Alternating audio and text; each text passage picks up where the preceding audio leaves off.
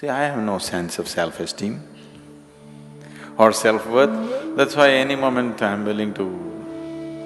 if necessary, next moment I'm willing to go, because I don't think this is worth anything. Personally, I don't think this is worth anything, keeping this on. But because it seems to be useful for many lives around us, we keep this going. But there is no self-worth, because the sense of self itself is gone, so where is the worth?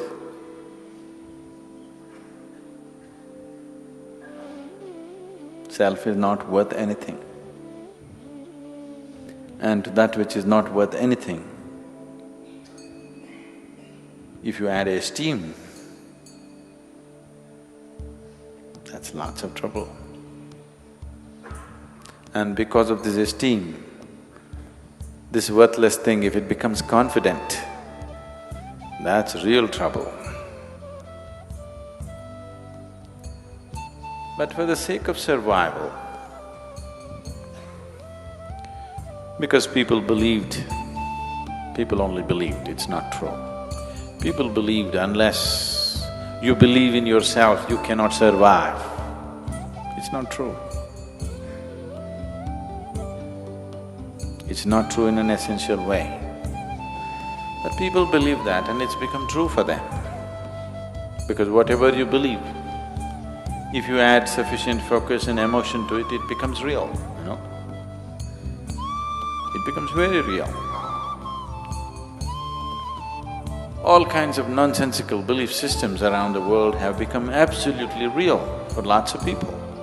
Not for a small number of people, for a vast majority of population, it's become real. They believe it and it is so.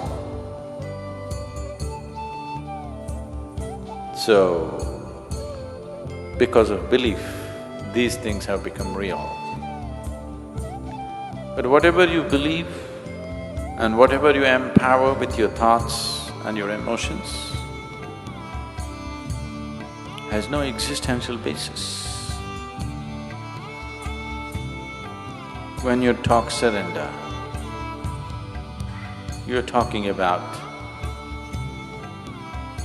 passing from the limitations of one dimension to another. You knocked your head on the wall sufficiently, now you understand that unless you become like thin air, you will not pass. When you have realized this, that in your present form you will never pass, when you realize this, see, suppose you're imprisoned and the doors are thick and nothing happens, you can't go.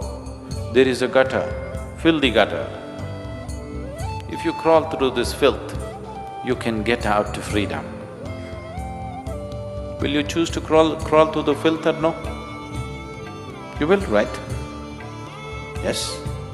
If that's the route to freedom, through the most horrible filth you will crawl. It will go into your nostrils and your mouth and everywhere, but it doesn't matter. It leads you to freedom, so you will crawl through filth. That's surrender. That's surrender because you have realized you can't cross the prison wall standing.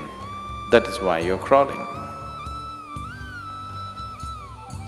So surrender is a certain realization that you realize in your present form, you cannot pass the gate.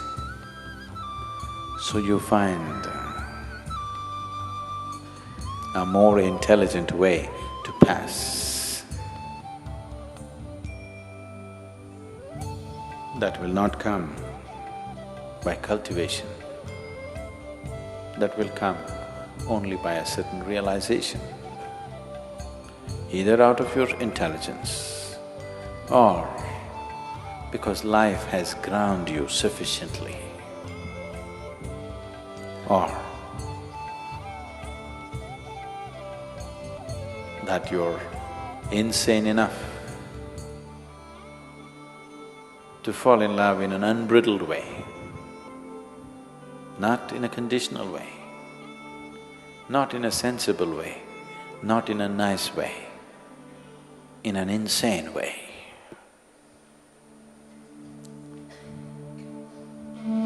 Insane, like a Ramakrishna or a Mirabai or a Mahadevi. There have been any number, these are the known names, there have been any number of them who are insane, they're not sane, they're not nice, not at all nice, I want you to know. But they're fantastic. That which is fantastic need not be nice. Usually it's not nice.